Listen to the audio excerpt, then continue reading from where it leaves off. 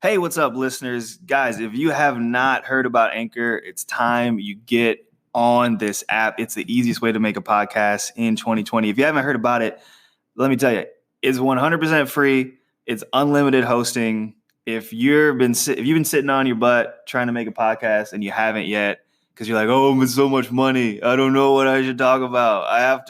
There's so many things to figure out. Anchor says, hey, shut up. I've got you covered.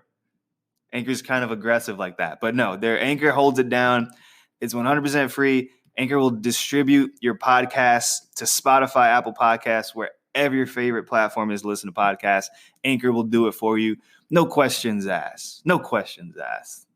They're cool like that, guys. So they have so many creation tools that you can use to edit your podcast right from your phone or computer. And you can start to make money with no minimum listenership, like some of those folks. They want you to have like 1,000 listeners.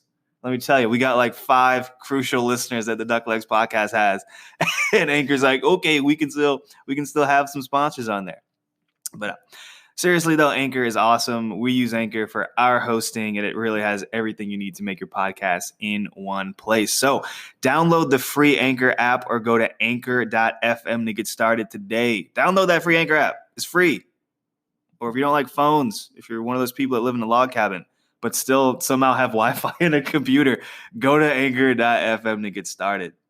We'll see you in the episode. Thank you.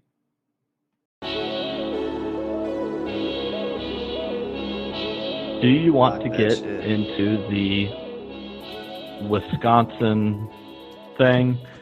Do you have the bandwidth, the time? I mean, that's a long time. That could be a long conversation. Do you want to do that later? No, we can do it now, man. To be honest, it's one of those things now where you're scrolling through the feed on the toilet or something, and you end up on a page like Sean King, and then you read the caption. You don't even need to see the video. Like, I personally, when I learned about it, I forget how old it is right now, but I still haven't seen the full video.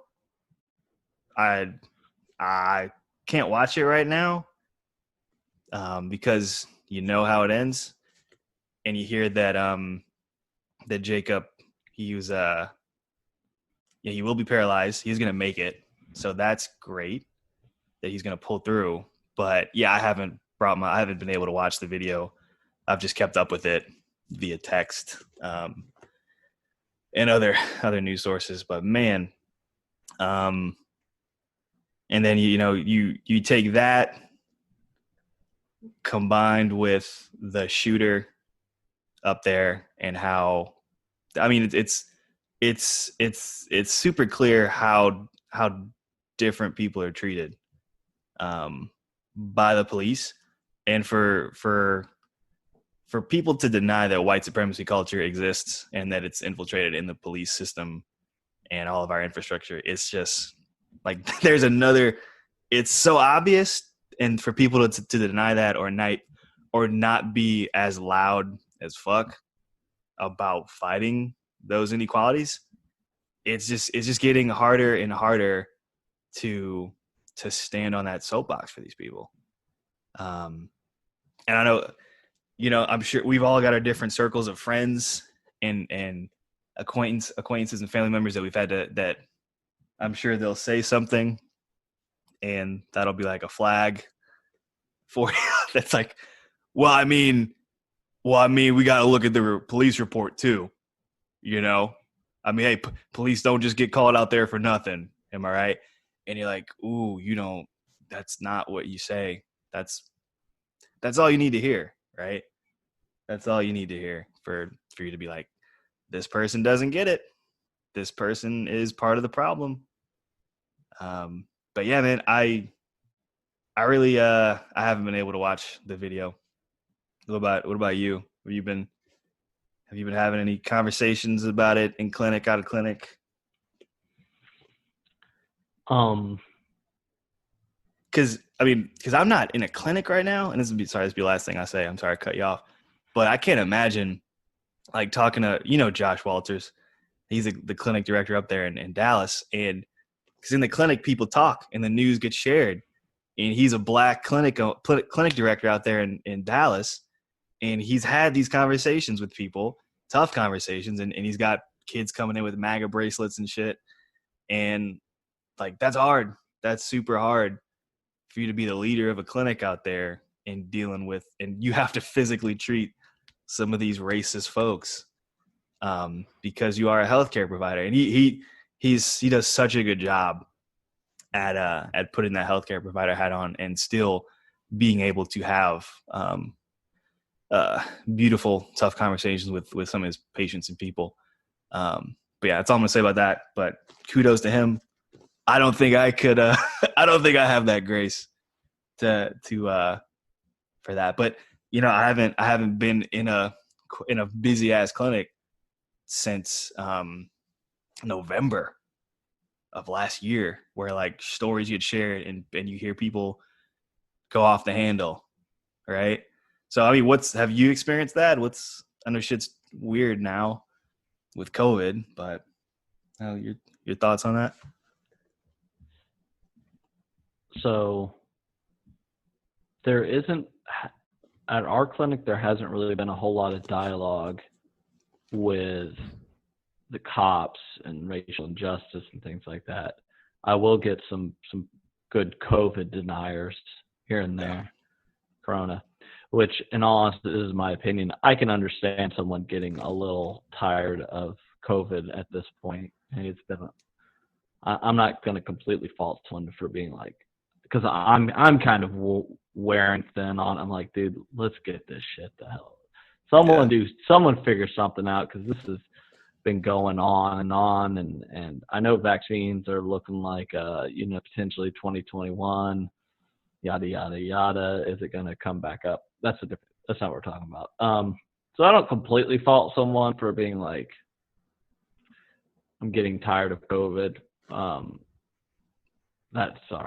Ranting. Yeah.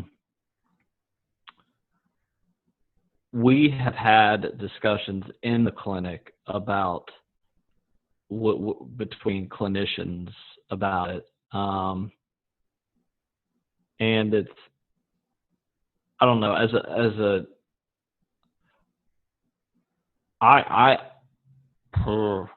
this is an easy topic to discuss, obviously, right? It's just, It just rolls off the tongue. It's just so easy and fluid. Yeah. It's the hardest. It's the hardest conversation to have. Yeah. This is kind of off topic, but something this latest thing, something that comes to my brain is like, remember that Ahmaud Arbery guy, right? Like that almost feels like that almost feels like 2 years ago at this point, right? That's the crazy. The crazy thing is that Ahmaud Arbery, Breonna Taylor, all that was this year, right? All that was this year, and the thing, it continues to happen. It continues to, like a sadistic joke, right? This shit continues to happen. It continues to happen worse. Like, black people, like, I can't think of an activity or non-activity that a black person has done while getting shot by the police, right? You could be sitting in the armchair of your apartment watching TV, shot.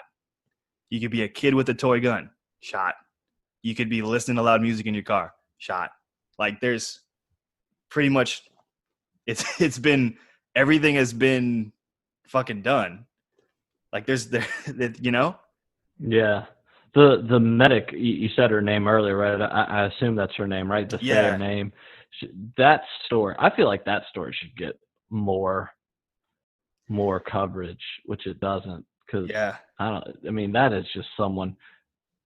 When I heard that story, I honestly don't think that cops should be able to do a no-knock raid. I think that's the term, something. Yeah. I don't know if they should be able to do that, because that's gonna do some crazy. It's gonna lead to some pretty probably bad things. I don't know all the laws. I'm not educated enough on all the laws or even her case, right? Because it's one of those things where you hear just enough about it, and you're like, shit. Well, I can't read more on that story today because I'm about my bandwidth is kind of low. I know the gist of it. I know how fucked up it is. It's all that systemic issue. I'll come back and read more about that case later. And there's so many cases like that. But it speaks to that problem of when you see people, talking bad about the protesters, or even at the RNC convention, right? There's this thing going around where Mike Pence, everybody's favorite vice president, said, "Oh, so and so, this police officer was murdered during the riots in Oakland." Did you hear about this? I did not know. Yeah, and he said that at the RNC speech. And while it's true, this police officer was murdered by a white supremacist, nowhere near the riots or something like that. It was, the Daily Show did a great piece on it. It was just how Mike Pence is good at not lying, but mixing up those words, right? Trevor Noah from the Daily Show said that's like saying Bruce Lee was killed during the Vietnam War, right? He died. He just happened to die during the Vietnam War. What was going on, right? So it's when you have toxic language like that mixed with white supremacy culture, mixed with uneducated people that don't know enough about the cases. It's you just make it that much easier for them to look at the protesters as violent, as dumb libtards, right?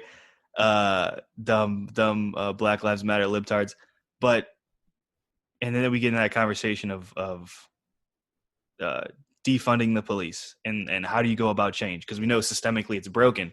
And I know Trace shared a Sam Harris podcast that I know he was listening to, and we're going to discuss, because I know Sam Harris has some thoughts about this that some people like. And from one of the stuff that he was saying in that podcast, it was like, even though, I haven't listened to it also, I can't really speak on it too much, but people would say like, all right, well, for the protesters, don't burn everything down, right? Don't fucking go, just burn everything down because you're mad.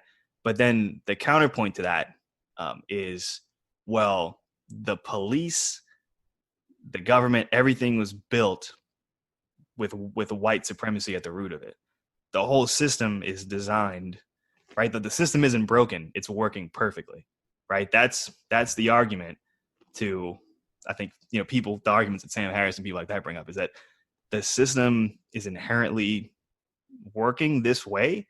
It was built this way. So the fact that people are ready to burn it down and take their country back, or take a country that their ancestors helped build through slavery, like that, it's actually appropriate, right? There's beautiful quotes on protesting and violence being a language of the unheard, right? That's how you have a voice when your voice has been stamped out. So, try explaining that in clinic, right? When you're working with somebody doing and Grandma Johnson's like, why am I doing these clams? Also, can you believe those Black Lives Matter people? And then you as a therapist, like as a white therapist, right? You have to be like, well, actually, I mean, the problem's systemic, and I mean, the system is kind of built that way, right? I mean, there's been 400 years of slavery and 200 years of segregation. So I mean, so these are such hard conversations to have. And and we know this from how do you convince somebody that physical therapy works? How do you convince somebody that they should exercise? People have to be in a certain frame of mind in order for them to create behavioral change. And most of the time, we're not going to get that from a Facebook post or a one-off convo. So as long as I can continue to plant seeds of people in people's heads, even if it's something as simple as Josh Walters up there in Dallas being a Black clinic director, helping a MAGA hat wearing teenager improve his tennis elbow condition, at least he sees there's a Black person that fucking helped me get back to sport, and he was cool. So maybe that changes my perspective a little bit. But those are just some random thoughts that I yelled out unprepared. But I think the biggest point is that the system isn't broken. The system's working perfectly. So how do you reconcile that?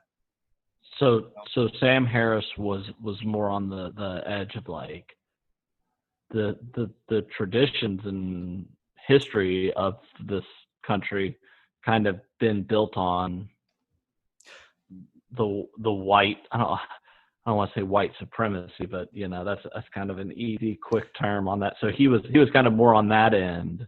Well, I can't honestly. I can't remember. I know he was I think, and let's not even use his name because I didn't finish the episode.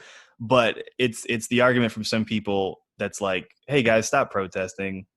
Right? Mm-hmm. There's COVID going on. Stop protesting. Why are you breaking shit? Why are you burning shit down? But that's the language of the voiceless. That's the language of the oppressed.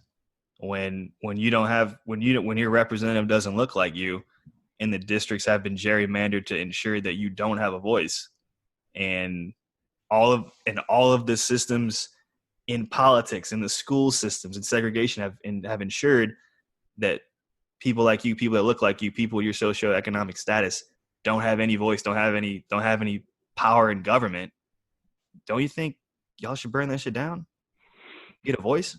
Like what the fuck do you want them to do?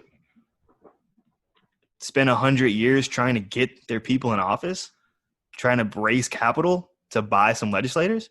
Or should we fucking take some shit by force? Because that's our only card. And by the way, they're murdering us still, right? Yeah. Something that I've been like just kind of juggling in my head consistently is somewhere along when all this started, I started getting on online and looking up debates about systemic racism and whatnot. And I forget the names of these people, but it's all those people that I'm all into, like, what are they called? Like the dark web. It's not the dark web. It's all those people like Sam Harris, Joe Rogan. QAnon. People that, yeah, QAnon, right? No. It's all those people that are willing to sit down and have very difficult conversations, right, about things. And even though they might disagree with each other. So there's apparently this one professor. I could be wrong. I need to look up his name. There's a professor at Harvard that is an African-American male, and he argues against systemic racism. And let me see if I can find his name. Anyhow, let me finish this thought, and then I'll try to, because I want to hear your opinion on it. He says this. He says something along the lines of this. He says, it doesn't matter. He said there's this thing called a first-generation immigrant. And he says it doesn't matter if you take this, in what you do is you take this first-generation immigrant, and you put them, they do studies where they put them in the same neighborhood, the same socioeconomic class, the same school systems, the same government, local government, everything like that. You take these two people and you take a family or a person that's been here for decades and years or century, whatever, and you have them with the first generation individual. And it doesn't matter whether that first generation is Polish, white people living in this. It doesn't matter if they're Hispanic, whatever. It doesn't matter if they're African American. The people that are the first generation, and they're neighbors, right? The people that are the first generation immigrants tend to be much more successful than their counterpart. They have less incarceration, pretty much anything, right? They don't go to jail as often. They have a higher education. They make more money, yada, yada, yada. So what he argues is, due to that fact that you can place two individuals in the same atmosphere, one of them being a first-generation person, and they look the same, there isn't this systemic racism or systemic problem. And I presented that to Kwesi, who, for the record, is a first-generation immigrant, and his family's from, Jared, you're going to have to help me where they're from. They are from... I forget which country. Yeah. Yeah, it's definitely not Nigeria. It's not Nigeria. Yeah. It's I think it's one of the more northern Is it countries. Ghana? What else? It might be Ghana. It might be Ghana. Um, and I and then the UC Logic, right? Yeah. Oh, she should. I was just thinking. I wish she was here right now to educate us. Right. Yeah. So I presented this to Quasi. I said, what do you think about that? Were you kind of what was your upbringing with that? And he said, do you think there's systemic racism? Do you not think that? What do you think? And he said, well, I was raised with. He said, you're right that I was raised with my family being like, you aren't part of that. I almost think of it visually like a metaphor, like a systemic. He said they taught me, and I think UC Logic said the same thing. He said they taught me that there is this systemic racism thing going on, and you're not part of that. There's this river, right? The mighty Mississippi River of systemic racism and systemic problems going on that is happening here. And I don't mean to put his words.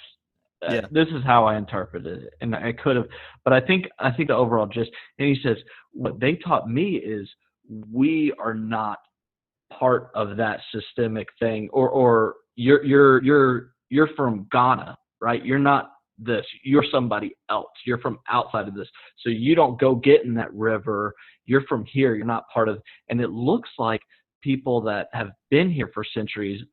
So Quasi said, it's not that there isn't systemic racism. He said there is. He said there is. Really, what's going what it's like he flipped the argument the other way. He said, no, there is, and what we are taught, what I was taught growing up, is to stay as far away from that as you can, because there is this thing going on, and you need to do double. You need to work double as hard. You need to work double to stay away from it, to not get caught up in that, because so, and I feel like UC Logic kind of had, her parents kind of had that same thing of like, it's not that systemic racism, that whole research doesn't prove that systemic racism doesn't exist. What it shows you is that those first generation people recognize that something's going on, and they try to pull their children as far away from it as possible. Yeah. And I don't know that professor. I don't. First off, we'll have to look at the studies, right, to see if the studies were actually valid, reliable, and all that stuff. Right. Just how we do with physical therapy literature, for all you nerds out there. But just the fact that people like Quasi, people like UC have to, utter the words that our parents told us we have to work twice as hard because we look the way we do.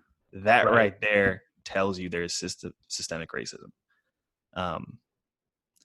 That's how it works. And for people to argue that there isn't systemic racism or have research on it, you can't argue with the fact that a certain population wasn't allowed the right to vote until X date. If that's not systemic racism, I don't know what the fuck you're talking about. I don't know how you have research that says we brought these people over as slaves. So not even first generation immigrants. They were fucking slaves. We brought them over as fucking slaves. We kept them as slaves.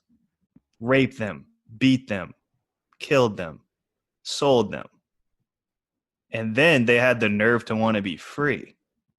So then we structured our government in a way to keep them subservient and lock them up and not let them read and arrest them and not let them marry people that look like us. Then we had Jim Crow. And then we figured out ways to imprison them in the prison industrial complex. Right? There's the fact that this. So I don't know that researcher, but the fact that we're not even talking about we're not even talking about as ground zero being first generation immigrants. We're talking about first generation slaves. Right. So I don't know if the literature talked about that. I would say I don't know. I mean, anybody that wants to come against the fact that there's systemic racism and sexism in America, I don't. We gotta pick apart that research pretty clearly, because the evidence is right there in the Constitution, in the Declaration of Independence, in the government articles, in the gerrymandering of states, and all that stuff. So that's what I gotta say about that. But yeah, Yeah, I mean, I think people try to be neutral, right? I think some well-meaning white people try to be neutral, and they try to present the arguments on both sides, but it ultimately comes up like they're being complicit because they aren't educated enough. They try to present it like it's a fucking manual therapy CPG, right? They try to present it like it's like we're looking at plantar fasciitis, right? Like, oh, it says exercise and manual therapy works, right? And it's deeper than that. It's deeper than that, Yeah. And again, also there's more. Like, I'm just rambling. We're just rambling here on a Sunday. Like, if you're a listener and you want to learn more about this, there's plenty of like, email us. We can give you resources from PhD candidates on the Black experience in America, on racism, sexism, segregation, slavery, like all that stuff. There's books and shit you can read. If you're trying to learn more about this, you need to go somewhere else. We're just shooting the shit right now. So let me just preface that.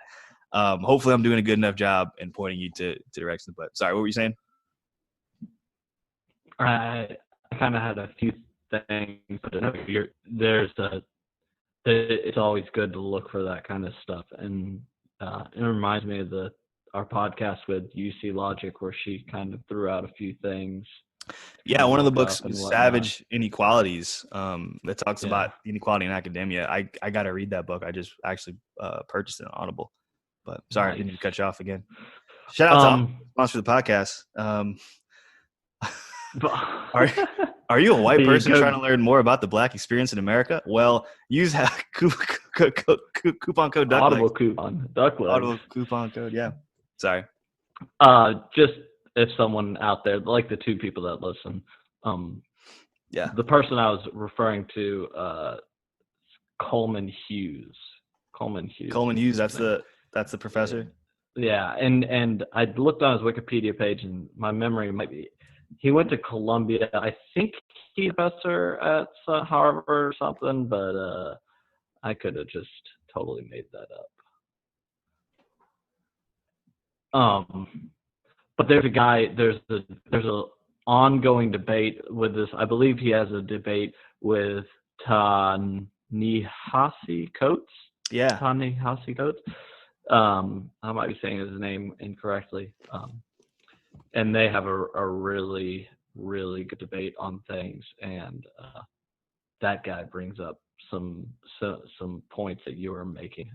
Yeah, Coates it's hard. Coates is excellent. God, it's so hard. Look, I go with the flow with people around me. If I grew up in a community where, like, my parents weren't able to vote, and my two uncles and my grandfather were both incarcerated because we had no money, and we've been in this system for many, many years. And by the way, my grandparents weren't allowed to vote, and my parents technically were allowed to, when were African Americans allowed to vote? But even if they were allowed to vote, that would be like the first generation that was allowed to vote, and they probably weren't all the way well practiced with it, so they probably missed the first 5 years worth of voting. I know exactly what I would do. I'd honestly fall into and do the same thing. If all my friends around me were like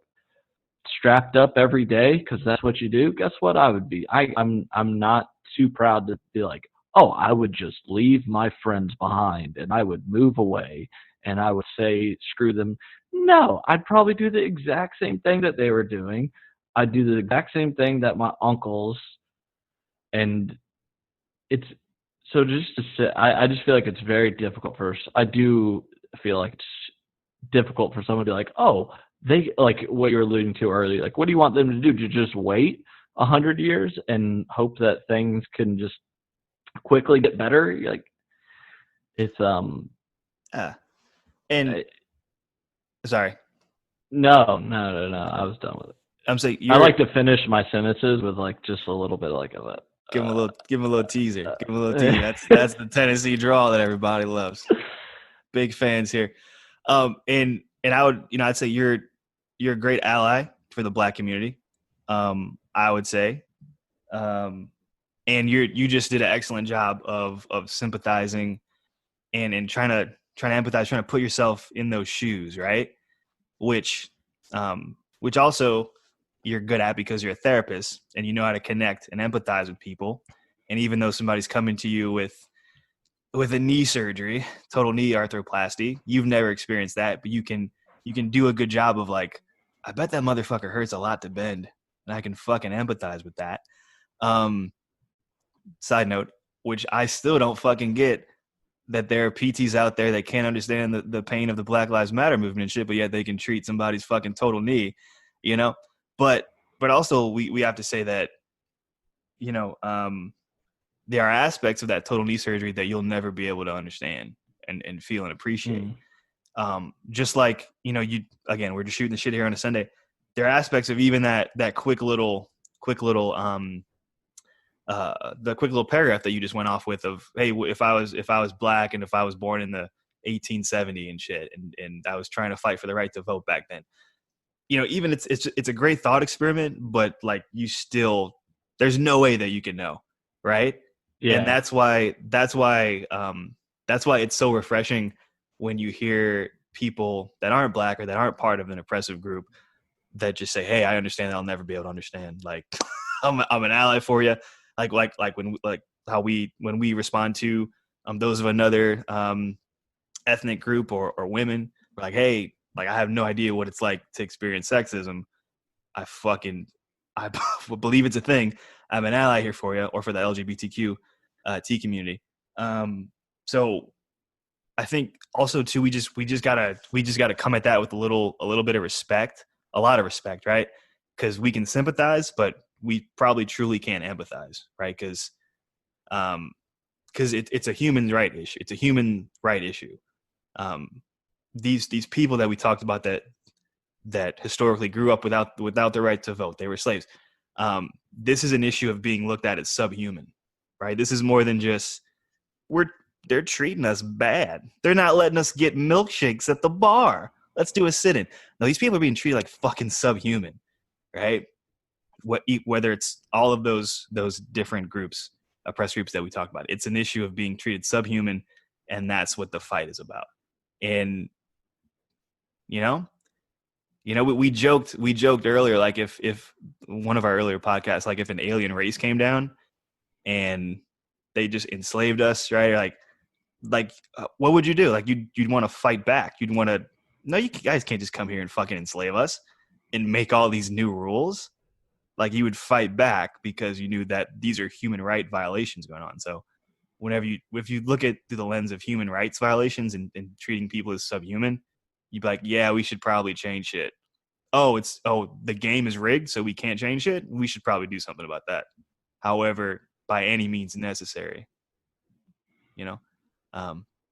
but yeah, some more thoughts on that. I wonder. Part of me that was great, by the way. Good job, Jared. It's like a few classes. The riots in LA. I get worried. Not worried. Worried's not the right word. The riots in LA with Rodney King happened way back after there was no conviction.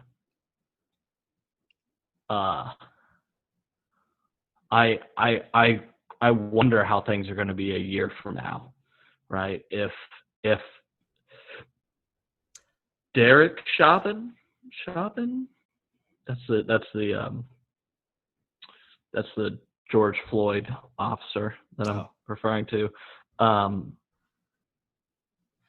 What if he's found completely innocent? I wonder what's going to happen then, right? And by the time his trial comes around, who knows how many more cases have been brought to light. But I wonder what's going to happen then. Also, we've seen this isn't new, right? Like George Zimmerman got off murdering Trayvon Martin. Like this again, this isn't new. Breonna Taylor's killers still haven't been arrested. Like guess what? He probably won't go to jail because that's just how shit goes in a system that's designed to work perfectly for the people it's built for. So yeah, I mean, they'll probably continue to be outraged. But I mean, it's just the system. It's the criminal justice system that is built that way, and it's not new. When people that deserve to go to jail don't deserve to go to jail because white supremacy. But yeah, that's fucked up as it is. Right. It's such a mind shift to think. You're like, oh, the system's broken, you know, and you're like, no. The machine is operating. Yeah. Very well. Yeah. Very well. It's honestly something I don't know if I've really thought about that too much. I think I've heard it before, but I haven't really digested it well enough. It's one thing to hear it, like we all hear it, but like until you start like actually seeing it play out in real life, like over and over again. And this year has been a year to watch it happen. Everything from how the Trump administration has handled COVID to, you know, literally anything to the police brutality and murders. You're like, oh yeah, okay. So yeah, it's built like this. Like the Electoral College exists for a reason. Like we don't have rank-based voting system for a reason. Counties are gerrymandered for a reason. Like all this shit isn't it's by design. Right? Yeah. Why the fuck don't they teach us more about taxes and shit in elementary school? Right? Why is there a certain, you know, I'm getting off. I'm kind of getting in the woods now, but still. Point stands. Right. It's maybe I'm 32 at this point. And you look great. Thanks, man. Thank you. I still have a pretty anti-authoritarian mindset. Yeah. I very much believe you've had some run-in with the cops. I've heard these stories. I've heard the privilege there. Yeah, we'll have to do that one time. I've got my license now, so I could probably disclose some of the stuff. Totally have had some privilege, huge amounts of privilege. Have we shared that story on air? We haven't. I mean stories. Yeah, I don't know if you want to. I was just, you know, when you're ready. Feel free to maybe one day. But I very much believe that there is a system in place with the oligarchy, right? The cards are stacked against the common man, the gerrymandering, the idea of not trying to educate an individual about a situation. Class warfare. This might not be true, but you know, so we're like defunding the police. So we took a little bit of money away in Austin from the police force. At our clinic, there's a patient that said they said that they were a 911 caller, and they said, you know what happened was I used to work for the city of Austin. I used to work for the Austin Police Department, right? Now I work for the city of Austin, and those funds that were going to the police just got transferred over to the city of Austin. So it's really not a defunding of the police. It's just a changing of your title and the paycheck, and we're all in the same building, and I just get paid by a different company now, and that company actually got more money. The company that used to go to you guys, it's the same thing. It's Yeah. the 6 in one hand, half a dozen in the other. Yeah. And there you go. There's like, and maybe that's not true. That's all hearsay. Worth looking into. Looking into. Yeah.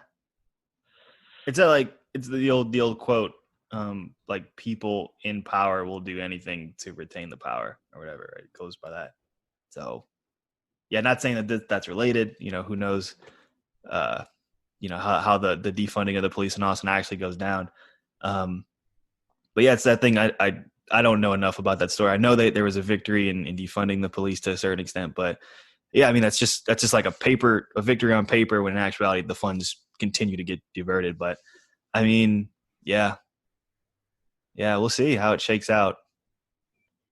I mean, I know the thought behind all those movements is like, hey, if we put those funds a little bit more upstream into like community-based shit, into mental health services, into public housing, you decrease the need for excessive police violence and resources and fucking tanks and whatever badass police Rambo shit that you'll need. So hopefully it's a win.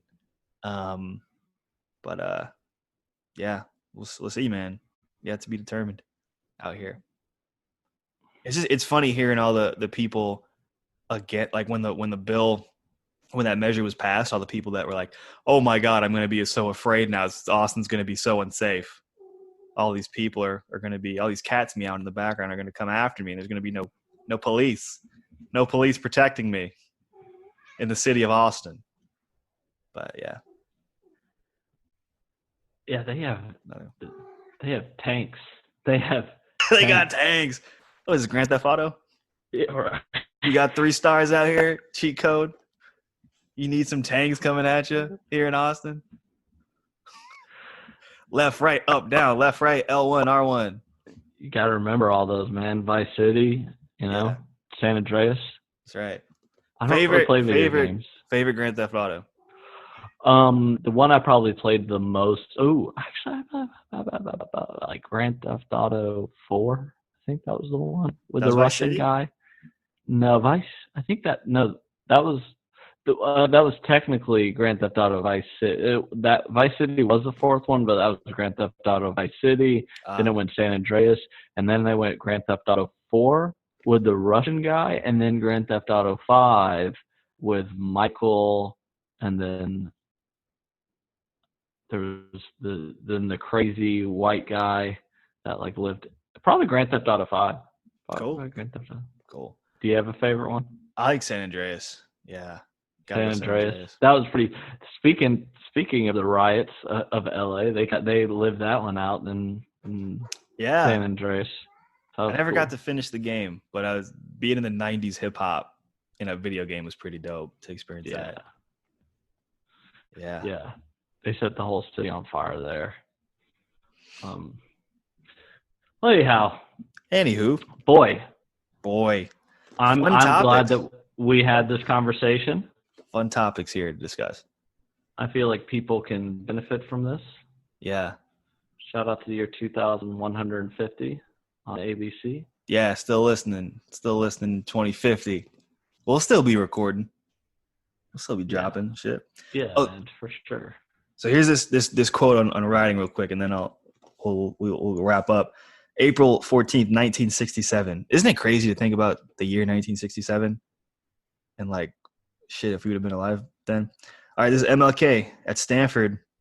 Gave a speech entitled "The Other America," and if you want to see this in Instagram format, go to So You Want to Talk About, and they have some really good shit on there. So you want to talk about rioting in the words of MLK. He said, "I think America must see that riots do not develop out of thin air.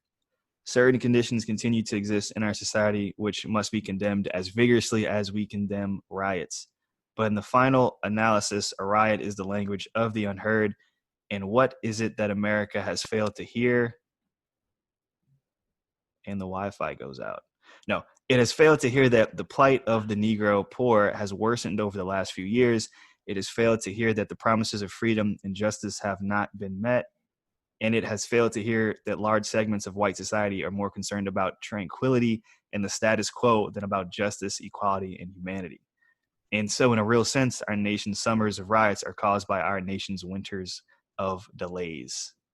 And as long as America postpones justice and we stand in the position of having these reoccurrences of violence and riots over and over again, social justice and progress are the absolute guarantors of riot prevention. You know? So basically, it's like if Jacob Blake was a cute little white kid and 5 black police officers just ran up on his shit and shot him the fuck down, how many angry ass white mothers would we have getting pissed? How many Karens would speak out? And how many MAGA hat wearing people would want those fucking nooses drawn from the trees to hang those black police officers, right? It's that old like if it's that old quote from that movie, right? Now imagine that little boy is white, right? It's we need that same loudness from white America on these issues to support these human rights violations that's being made by the police and the systemics. That's, we touched on that. That's a beautiful fucking quote. It's almost like MLK was a public speaker for a living. It's almost like he knew what he was talking about. But yeah, man, go look at that. Go look at that quote and how much of how big he was on the poor, right? Because this is about poverty too. This is about socioeconomic status. This ain't just about racism. It's about class, right? And that's the MLK, not Malcolm X, right? It's MLK. That's the least passive. That's the least frightening of the black of the black figures in history that white people are least afraid of. So whenever they go to sorry, you go. No, you go. Yeah, whenever they go to quote MLK, it's like, motherfucker was a socialist, right? Probably shouldn't call MLK a motherfucker on a podcast, but hey, we're keeping it loose here. I think that in a term of endearment. He might dap you up, term of endearment. Just like that episode on the Boondocks when they brought back MLK. Go watch that. I have not seen that. I should watch that. That's homework. You have Savage Inequalities, all these great books on racism, and then you have the Boondocks as well, which great fucking TV show. Jesus, that's amazing. Gotta go watch some Boondocks. But all right, we just fixed racism. You're welcome. Easy. Next. Easy. Like we go Alex Jones at the end. I tell you, it's all bullshit. See, the problem with black people in America is they're too good at dancing. Too much rhythm. Too much rhythm. I say, why do they cook so good? That's one day we'll do a good bit. One day we'll do a funny bit. I think it's kind of hard to be funny right now, but I'm trying to be super satirical. That's good. Yeah, I appreciate it. It's one thing. There's 2 things that I'm not good at: cooking and dancing. Yeah, so and we know why. We know why. All right, Jared. Oh, hey. If these listeners want to reach out to us, don't even fucking think about it. Don't even. We're too busy. Far too busy for you. No, or you can hit us up at ducklegspodcast@gmail.com. Hit us up. Go in those Instagram DMs. Find a way to reach out to us. Hit us up, man. We're always ready to talk some bullshit. To fight the power. Fight the power.